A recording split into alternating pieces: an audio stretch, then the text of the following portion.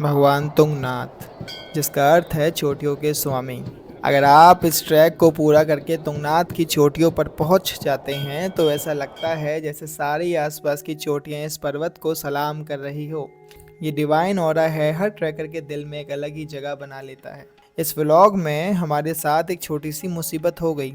अगर एक content creator की वीडियो की आवाज़ ही रिकॉर्ड ना हो तो उससे ज़्यादा हार्ट ब्रेकिंग भला और क्या हो सकता है।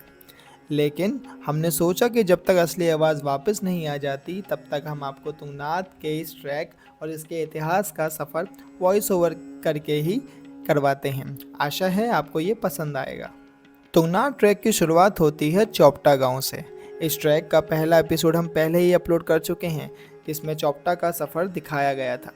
अगर आप शारीरिक रूप से थोड़ा कमज़ोर हैं तो यहाँ घोड़े, पिट्ठू और डोली की भी सुविधा उपलब्ध है। घोड़े का रेट आपको पड़ेगा 1300, जिसमें आप आना जाना दोनों का रेट जोड़ सकते हैं।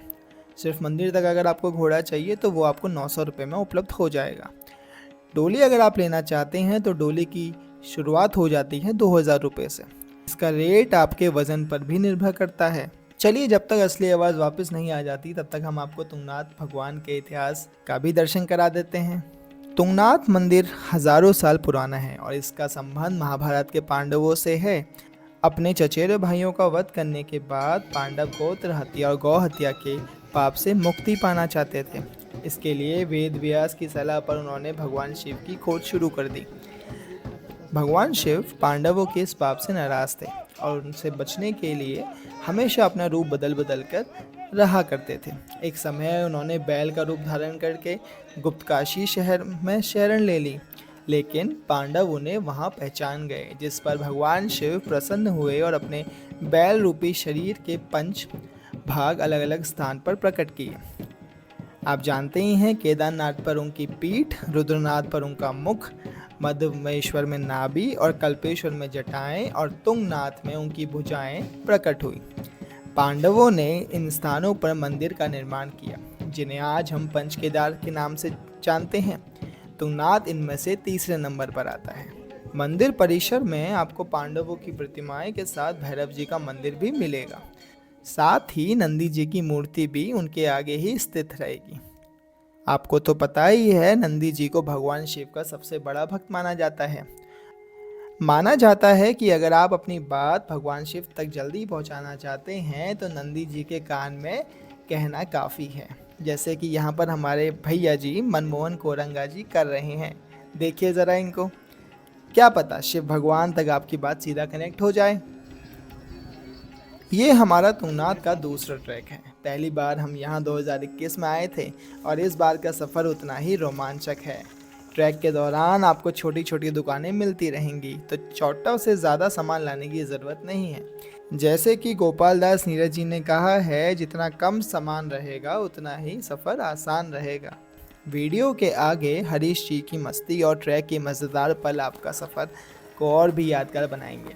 तुंगनाथ का ये सफ़र स्पिरिचुअल ही नहीं बल्कि एडवेंचरस जर्नी का भी परफेक्ट कॉम्बिनेशन है। तो चलिए मिलते हैं ब्लॉग के अगले हिस्से में और तुंगनाथ के इस डिवाइन वाइब्स के साथ जुड़े रहते हैं। Good evening guys and her her Mahadev from this beautiful track of Chopta. तो दोस्तों, हमने ट्रैक स्टार्ट कर दिया था 3 बजे और अभी आप देख सकते हैं मेरे पीछे काफ़ी स्टीप चढ़ाई है और काफ़ी मज़ेदार। और जैसे मैंने आपको बताया था, हरीश जी और कपिल जी भी हमें ज्वाइन करेंगे और उन्होंने टाइम से पहले ही, हरीश जी एक बार हेलो कह दीजिए। ये देखिए चार्मिंग बॉय हरीश जी।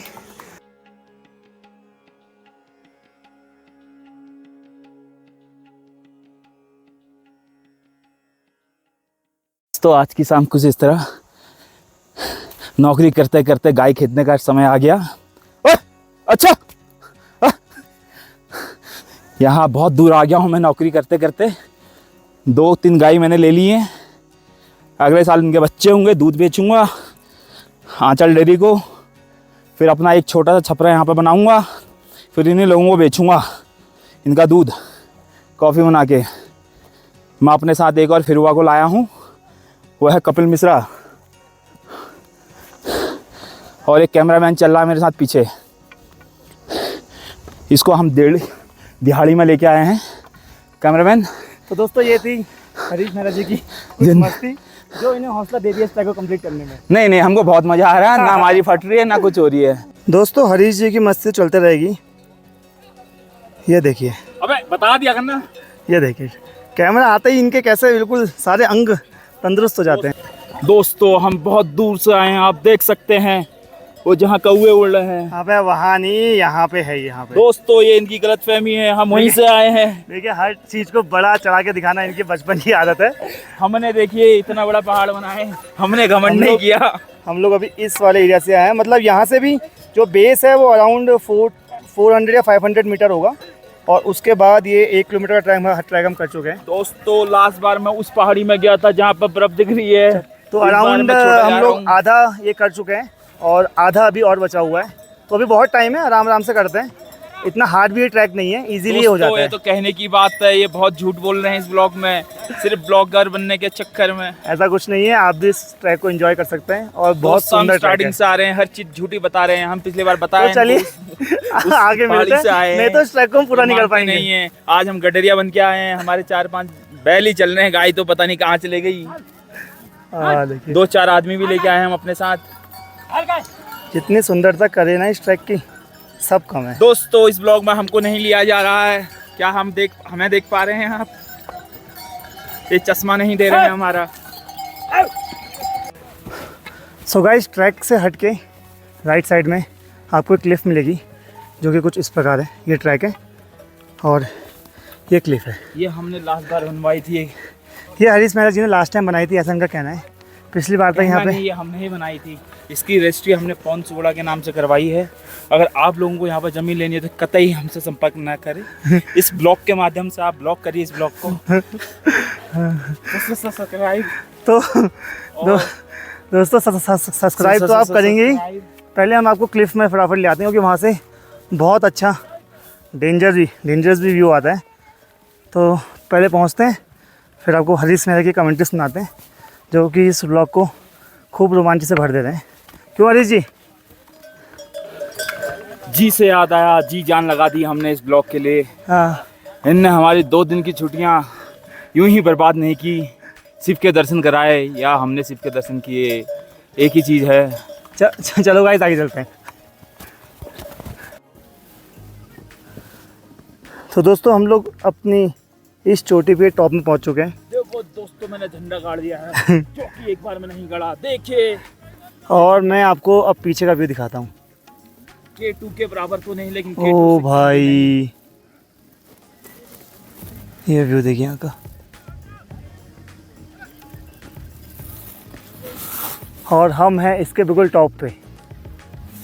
दोस्तों बहुत गहराई है, और बाकी सारे श्रद्धालु देखो ट्रैक से जाते हुए। आज के ब्रांड एम्बेसडर पहले चाहिए होता है। बात तो सही है। तो दोस्तों कोरंगा जी मंदिर पहुंच चुके हैं। बहुत जल्दी उन्होंने ट्रैक कंप्लीट कर लिया, और मैं इस आदमी की वजह से इतना पीछे रह गया हूँ, क्योंकि 1 घंटा ये आदमी लेट आया और पूरा इंतज़ार कराया। अब हम साइड बाय साइड चल रहे हैं, है ना। लोग ट्रैक से जा रहे हैं, हम लोग इस पहाड़ी से जा रहे हैं, तो हौले हौले चलते हैं। अब कोरंगा जी के ऊपर है, मन्नू के लिए रूम ढूंढने के लिए। मैन क्या बोलते हैं उसको, मैन वर्सेस वाइल्ड नहीं देखा है बचपन में, उनको यह नहीं पता कहीं जाके पहले अपना ठिकाना ढूंढा जाता है। उनको ये नहीं पता अभी, अगर किसी सफ़र में या यात्रा में हो तो पहले अपना रात का क्या बोलते हैं आशियाना ठिकाना पहले देखा जाता है, उसके बाद आगे की सोची जाती है। लेकिन मन्नूदा पहले आगे की सोच रहे हैं, रात का पता नहीं। मन्नूदा 100 रुपये की फ्लैक्सी में इतना नहीं मिल पाएगा। मन्नूदा 200 की फ्लैक्सी करनी पड़ेगी आपको, 100 रुपये और भेजने पड़ेंगे। मेरी भावना बैठी है खिड़की में, कैसे होगा मन्नूदा? और सूर्य देवता से हमारे आज की पल भर की कुछ पल बचे हैं, जो सूर्य देवता के हाथ हमारे हैं आज के। उसके बाद सूर्य देवता को भी हमारा नमस्कार हो जाएगा। सुबह सूर्य उदय में मिलेंगे हम, क्या बोलते हैं ऊपर को, हमारे चंद्रशिला पे, वहाँ दर्शन होंगे हमारे सूर्य देवता के।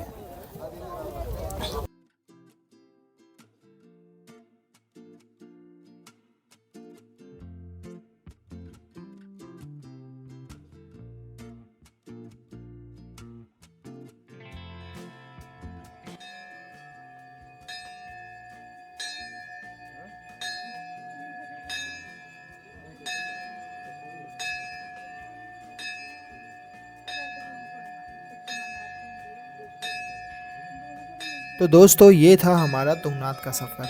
अगर वीडियो पसंद आई हो तो लाइक और कमेंट करके अपने विचार ज़रूर बताएं। अब मिलते हैं इस सीरीज़ के तीसरे एपिसोड में, जहां हम आपको दिखाएंगे दुनिया का सबसे ऊंचा शिव मंदिर चंद्रशिला। तब तक के लिए जय भोलेनाथ।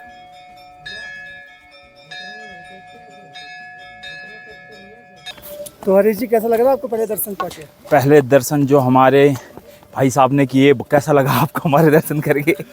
फिर शिव जी के पास तो हम फिर जाएंगे, वो तो हमारे ही हैं। आपने हरि के दर्शन किए हैं अभी, वो कैसा लगा आपको हरि के दर्शन करके? अच्छा लगा भैया, पहुँचे। हाँ, बता दी कैसा लगा आपको? भैया की ऐसी कि जहाँ जितने इंद्र हैं सब इंद्रियों से हवा निकल रही है।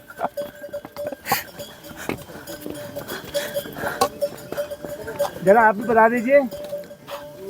कुछ इस प्रकार से हमारा ये यात्रा चल रही है। शिव जी के दर्शन तो होते ही रहेंगे, पहले शिव जी हमारे दर्शन नहीं, ये गलत बात है। हमारे दर्शन होंगे शिव जी के। अरे फिर गलत बोल दिया, बोला हम शिव जी के दर्शन करने जा रहे हैं। ये हमारी दूसरी बार के दर्शन है जिसमें शिव जी प्रसन्न हो गए होंगे दर्शन पाके। नहीं, हम दर्शन पाके शिव जी।